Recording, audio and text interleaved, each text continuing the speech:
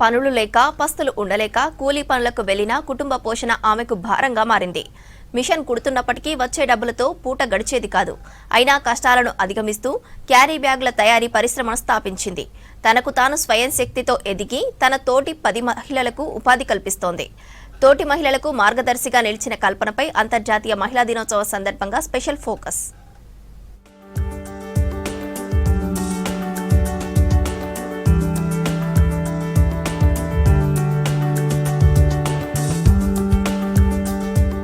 హనుమకొండ జిల్లా షాయంపేటకి చెందిన దాసరి కల్పన ఆమె భర్త దాసరి బాబుతో కలిసి వ్యవసాయ కూలీ పనులకు వెళ్లేది. వచ్చిన డబ్బులతో కుటుంబ పోషణ భారంగా మారింది. అయినా కూలీ పనులకు వెళ్తూ సాయంత్రం టైలరింగ్ పని చేసేది. మిషన్ కుడుతూనే డ్వాక్రా గ్రూపులో చేరింది. సంఘంలో చేరాక 2008లో స్వయం సహాయక సంఘం నుంచి రుణం తీసుకుని కిరాణా షాపు పెట్టింది. 5 ఏళ్లకు రుణం తీర్చడంతో పిండిగిర్ని మొదలుపెట్టింది. కల్పనకు హిందీ తెలియటంతో సెర్ప్ అధికారులు తనని కమ్యూనిటీ రీసెర్చ్ పర్సన్ గా ఎంపిక చేశారు. కొంతకాలం ఉత్తరప్రదేశ్, మధ్యప్రదేశ్, జార్ఖండ్ రాష్ట్రాల్లో స్వయం సహాయక సంఘాలు మహిళలకు పొదుపుపై శిక్షణ ఇచ్చింది కల్పన.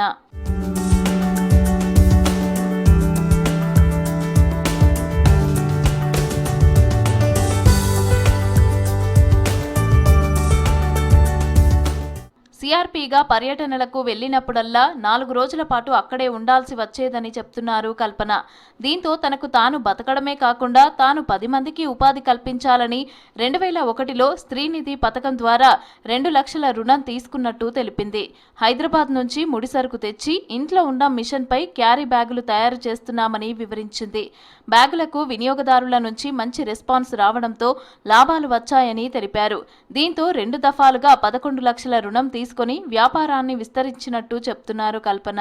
ఫస్ట్ 1,20,000 పెట్టి ఓన్లీ నేను ఒక్కదాన్ని కుట్టడే మిషన్ తెచ్చుకున్నా. ఆ మిషన్ కుట్టినాక గిరాకీ మాకు మంచిగా ఉండేది. ఎందుకంటే ముందు నేను అల్లం బిజినెస్ చేసేది బట్టి నాకు కొన్ని షాపుల వాళ్ళు పరిచయం ఉండేది. మార్కెటింగ్ చేయడం ఎలా తెలుసు కాబట్టి ఫస్ట్ పర్కాల నుంచి స్టార్ట్ చేసినాం. పర్కాల్లో కొన్ని బట్టల షాపులకు వెళ్ళి మా బ్యాగ్స్ చూస్తే బాగానే ఉన్నాయి అన్నారు. కొంచెం గిరాకీ మంచిగా ఉన్నాక నేను ఒక్కదాన్ని కుట్టడం అందలే. ఇది ఒక్కటైతే బాగుండేది, ఇట్లా ఆటోమేటిక్ మిషన్ అయితే బాగుంటుంది అని ఈ మిషన్ ఉప్పల్లో సెర్చ్ చేసి ఈ మిషన్ తెచ్చుకున్నాం. ఈ మిషన్ 10 లక్షల ఖర్చు అయింది. లాభాలను పెట్టుబడిగా మలిచి ఉత్పత్తిని పెంచుకుంటూ వెళ్లినట్టు చెప్తున్నారు కల్పన. షాయంపేటలోని తమ బ్యాగుల తయారీ కేంద్రంలో మహిళలకు ఉపాధి కల్పిస్తున్నట్టు చెప్పారు.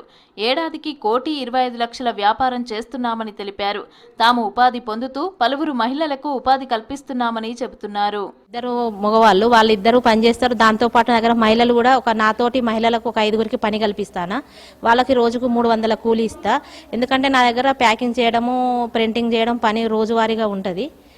అట్లా నాతో పాటు కనీసం ఒక 5 కుటుంబాలను నాతోని బాగుపడతాళ్ళు. నాకు 2 ఆడపిల్లలు, వాళ్ళను కూడా నేను మంచిగా చదివించిన. 2 బీటెక్ కంప్లీట్ అయింది. ఇప్పుడు నేను ఉండడానికి ఇల్లు, ఈ మిషన్కి సొంత షెడ్డు అన్నీ ఉంచుకున్నా. కల్పన కష్టాన్ని, అందుకున్న విజయాలను చూసి ఆ ఊరి మహిళలు ఆనందపడుతున్నారు. కల్పన ఏదైనా సాధించాలనే పట్టుదలతో ముందడుగు వేసిందన్నారు. వ్యాపారవేత్తగా ఎదగడానికి తమను కూడా ప్రోత్సహిస్తుంది అంటున్నారు. తమలాంటి మహిళలకు కల్పన స్ఫూర్తిదాయకంగా నిలిచారని సంతోషం వ్యక్తం చేస్తున్నారు. కల్పనక్క ఇట్లా సాధించిందంటే చాలా గౌరవంగా ఉంది. మహిళా సంఘంలో ఇంకా అంటే పేరు చాలా రావాలి. మహిళా సంఘం తరపు నుంచి అందరికీ మహిళా సంఘం వాళ్ళు అందరూ అక్కకు, కల్పనక్కకు సపోర్ట్ చేయాలి నేను మనస్ఫూర్తిగా కోరుకుంటున్నా.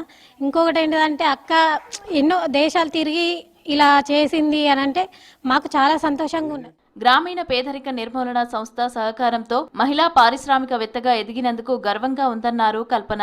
గణతంత్ర వేడుకల్లో ప్రధాని సహా పలువురు కేంద్ర మంత్రులను కలిసే అదృష్టం దక్కిందన్నారు. తాను సీఎం రేవంత్ రెడ్డితో ఒక సెల్ఫీ దిగడమే ప్రస్తుతం తన ముందున్న లక్ష్యమని అంటున్నారు కల్పన. అందరికీ ఉపాధి కల్పిస్తుంది. మొన్న ఢిల్లీకి వచ్చిన కానీ ఇంకింత బాగా అయిపోయి డెవలప్ అయింది. మళ్ళీ అందులో మనం అందరం చెయ్యాలి.